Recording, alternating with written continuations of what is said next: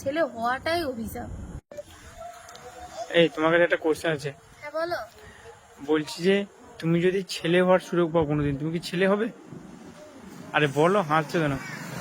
ছেলে কেন? পশু পাখি যাই হতে বলো সব হয়ে যাবো।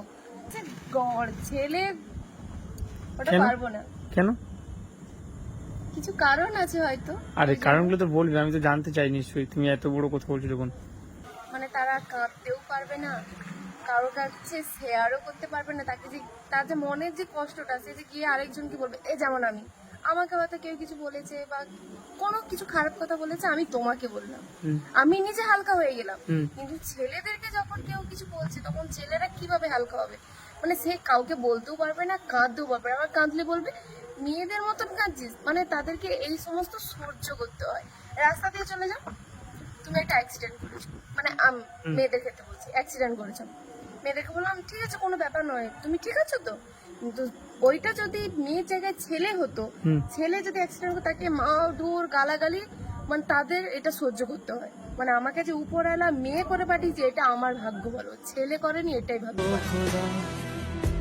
बता दे क्या लकीरों में लिखा हमने तो। তারা অনেক কিছু সহ্য করে কিন্তু তারা মুখ ফুটে বলতে পারে না। বড় না হতে হতে বাড়ি থেকে চাপ সৃষ্টি হয়, তুমি কাজ করো, পাক না পাক তোমাকে কাজ করতেই হবে। সেখানে কাউকে কিছু বলতেও পারবে না। मेरा देखो ना मेरी हैसियत पूछो। অভিযোগটা কার কাছে করবে তারা?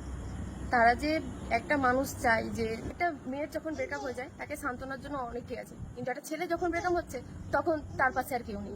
সে যে কাঁদছে সেটা কাউকে বলতেও পারছে না, কোনো কিছু কাউকে বলতেও পারছে না, কাঁদছে, ঘুরে আবার তাকে বলা হচ্ছে তুই কাঁদছিস মেয়েদের মতন। তাকে যে সান্ত্বনা দেবে যে না ঠিক আছে কোনো ব্যাপার নয়, তুমি ঠিক হয়ে যাবে সবকিছু, তাদের এইটুকু বলার মতন তাদের কেউ নেই। আমাকে তুমি ক্ষমা করো, ছেলেদের ব্যাপারে এত কিছু বললাম, কিন্তু ছেলে হওয়া চারটিখানি কথা নয়। আমাকে যে উপরওয়ালা মেয়ে হয়ে পাঠিয়েছে এটাই আমি অনেক শান্তিতে আছি। ছেলেদের মতন অত সহ্য ক্ষমতা আমারও নেই, আর আমি অত সহ্য করতেও পারতাম না। সব ছেলেদেরকে জানাই স্যালুট।